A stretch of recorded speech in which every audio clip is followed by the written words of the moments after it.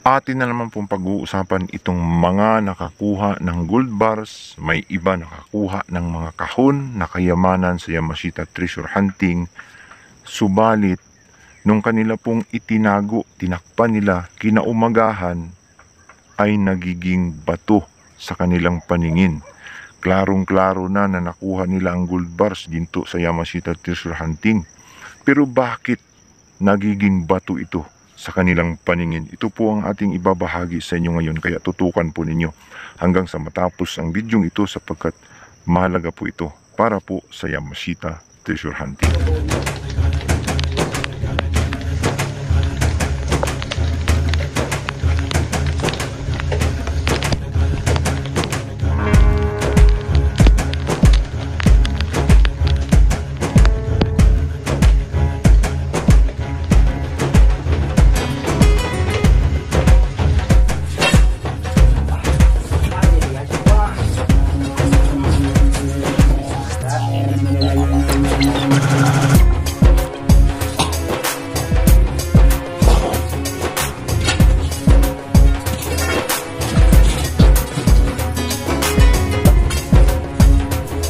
Magandang araw po sa kanilang at mayong adlaw sa inyong tanan diha sa Kabisayaan ug Kamindanawan. Hinaot unta nga naata sa mayong kahimtang imbag na aldaw kada kayo amin mga kakabsat tayo na mga Ilocano. May adgid na adlaw sa inyo tanan dira sa Bacolod kag Iloilo sa aton mga kauturan na mga Ilonggo.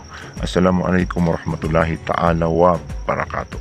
Luzon, Visayas, Mindanao hanggang Sabah, tayo na naman po ay magbabalik sa isa na naman pong nakakamanghang topic, napakagandang topic tungkol po sa Yamashita treasure hunting. At ito nga ay ang pag-uusapan nating mga nakahukay daw ng gold bars, no? Nung nakita nila gold bars, may iba kahon. Subalit kinaumagahan, tinakpan nila, kinaumagahan, pagbukas nila, bato na, no? Ano kaya ang dahilan? Yan po ang ating pag-uusapan ngayon. Pero bago yan, tayo po muna ay magpapasalamat sa lahat po ng ating mga subscribers, no, buzzers, haters, no. Maraming salamat po sa patuloy po ninyong pangbabas, pagsuporta po sa akin channel. Sa lahat po ng mga hindi pa nakapag-subscribe, pakipindot na lamang po ang subscribe button sa ibaba at ang notification bell para updated po kayo sa mga susunod kong i-upload. At para suporta po yan sa akin channel, no. Paki-follow na rin po ang aking Facebook page, no, Yusof Yamato. So tayo na naman po ay magbabalik, no, sa mga nakakamangha na namang topic tungkol po dito sa Yamashita treasure hunting, no. At madalas kasing itinatanong sa atin mga ilang comments, no, sa ating YouTube channel. May mga nagko-comments na bakit daw nakakuha sila ng gold bars, nakahukay na sila. Nung makita nila nung gabi o nung naghukay sila ay gold bars ang kanilang nakuha. Subalit nung kinaumagahan, pagtingin nila ay bato na ito, no? Ano kaya ang dahilan? Mayroon namang iba, kahon, no? Naiahon na nila, no? Tinakpan nila, nung buksan nila, bato na ang tumambad po sa kanilang mga mata, no? Napakatalinghaga, no? Napakalupit, no? Mayroon palang mga ganitong pangyayari. Ito po ay hango sa totoong istorya, no? Totoong komento ito ng ating po mga ka-treasure hunter. Kahapon yata yung nag-comments, no, na nakakuha daw sila ng gold bars, bakit naging bato? Nakakapagtaka, no? Alam niyo mga ka-treasure hunter, ang ginto ay isang alamat, kayamanan, ahas, no?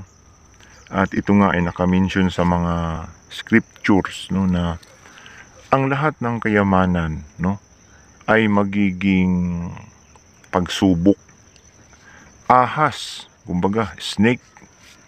At kapag hindi natin ito gamitin sa tama, ay yun po yung magpapahamak sa atin. Itong kayamanan ay may kaakibat na mga engkantado, nagkakagusto, no? May mga nagkakagusto, kaakibat na sikreto sa ating mga paningin, no? kumbaga mayroong tricks. Kumbaga sa tao, kapag may mga magician, no, na nililin lang ang paningin ng tao, at kapag sila ay nagtatanghal, ay ginagamitan nila ng salamangka, no? Sa paningin natin parang totoo na ang ating nakikita nagsasalita yung ahas, pero yung nagsasalita talaga yung taong humahawak ng ahas. Ibig sabihin may tricks, no? Yan po ay tricks ng mga tao, yung mga magic. Yan ay katalinuhang itim ng nasa tao. Pero itong makikita natin na ginto, gold bars, tapos nagiging bato, ito po ay mga katalinuhan ng mga engkanto, no? May mga nagkakagustong engkanto sa mga ginto, sa mga kayamanan. Kaya madalas nakikita natin mga nakaputi na babae, no?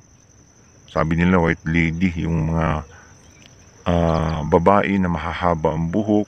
Makikita natin kapag may gold bars, may kayamanang naitago, no? May mga multo. Mayroon din naman, nakasaksi ako na nangangamoy parang tabako, no? Parang kapri. Yan po ay mga engkanto, iprit, mga engkantado, jinn, no? Jinn sa salitang Arabic. Jinn means engkanto, no? Mga engkantado, hindi nakikitang nilalang, no? Na kapag nakita na natin ang ginto, kahit nakita mo na at pinagkaintirisan ng engkanto, no? Tinago nila, hindi nila ibibigay sa inyo, hindi ibibigay sa atin, yan po ay mawawala, no? Magiging bato sa ating paningin. Pinalitan nila yon, no? Maaring nakita nyo na, nakuha nyo na, pero naging bato kasi pinalitan nila, no? Kinuha nila ulit, tinago nila yon, no? Totoo talaga itong engkantado. Ako hindi ako basta-bastang maniniwala kapag hindi ko nakikita, no? Pero yan talaga ay katotohanan, sapagkat saksi ako, maging ako ay nakarinig ng boses, no? Na ako lang ang nakakarinig at ng aking pamilya. Kapag tanungin mo yung mga kapitbahay, mga tao, wala silang narinig. Pero yung sigaw, yung iyak, narinig naming lahat. Yan po ay iyak ng babaeng engkantada, no? Mayroon ding mga tumatawa, mga bata, kung ano-anong maririnig mo. Yan po ay mga nilalang na hindi nakikita, no, na nagkagusto doon sa kayamanan. At yun nga, bantay, yung mga bantay, no, nagbabantay. Kahit na hukayin mo yan, kahit na kukunin mo yan, kung hindi ipinahintulot na makuha, no, hindi sa inyo, hindi para sa inyo, no, hindi ibinigay ng Panginoon ng buong may kapal sa taong gustong mapagbigyan, kahit mayaman pa kayo, kahit kumplito kayo ng gamit, no, ay hindi ito basta-bastang makukuha. Kung iyo, ay talagang sa iyo, para sa iyo. Pero kung hindi sa iyo, ay hindi mo ito makukuha. Kagaya yan ng galing ng isang tao. Yung galing ng isang tao, iba-iba, no? Yung iba galing mag-basketball pero hindi marunong bisikleta, hindi marunong mag-motor, no? At yung iba naman magaling bilyar pero hindi magaling mag-basketball, no? No? Mayroong iba-ibang talento na kung saan ibinibigay sa tao, hindi perpekto, no? Kaya yun po ang dahilan na naging sanhi na maaaring itong mga kayamanan ay mayroon talagang pansamantalang nagmamay-ari pagkatapos maibaon ng mga Japanese Imperial Army. Kaya nagsisirimunya ang mga Hapon, mayroon silang kung ano-anong mga pinagsasabi, no?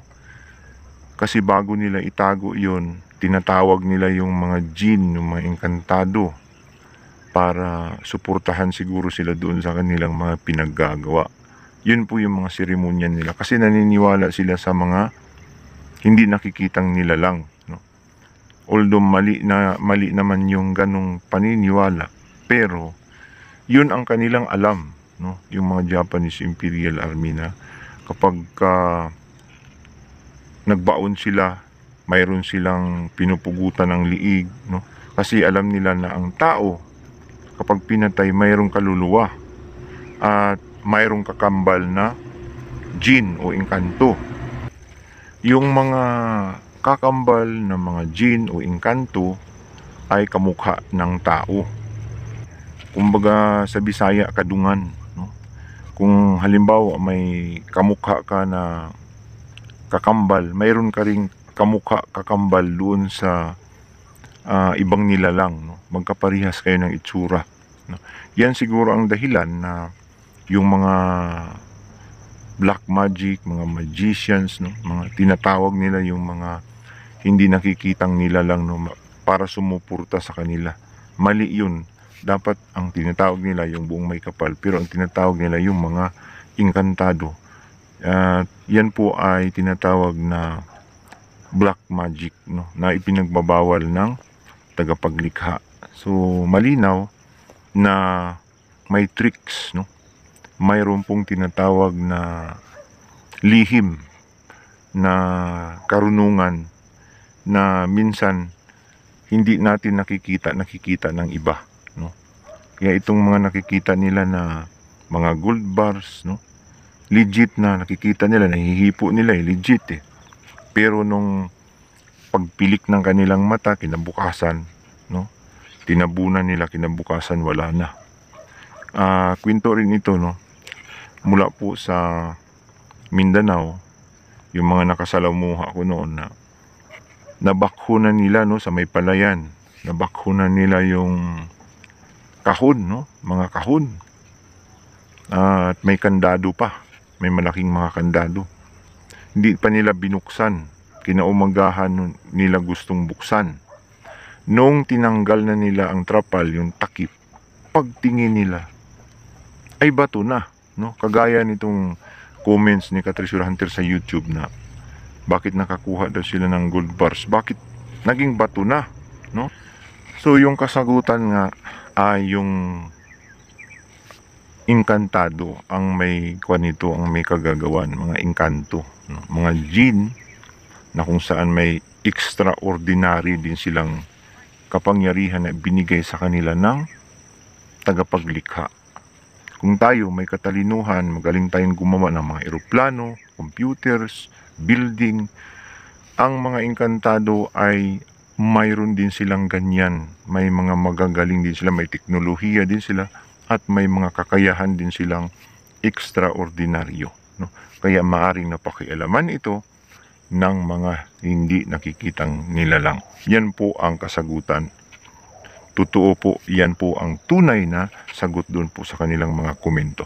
So hanggang dito na lamang po, sana po ay nagkaroon tayo ng idea, no? Nagkaroon tayo ng kaunting kaalaman tungkol po dito sa nangyari na nakahukay na sila pero naging bato pa, no? Ginto na, naging bato pa.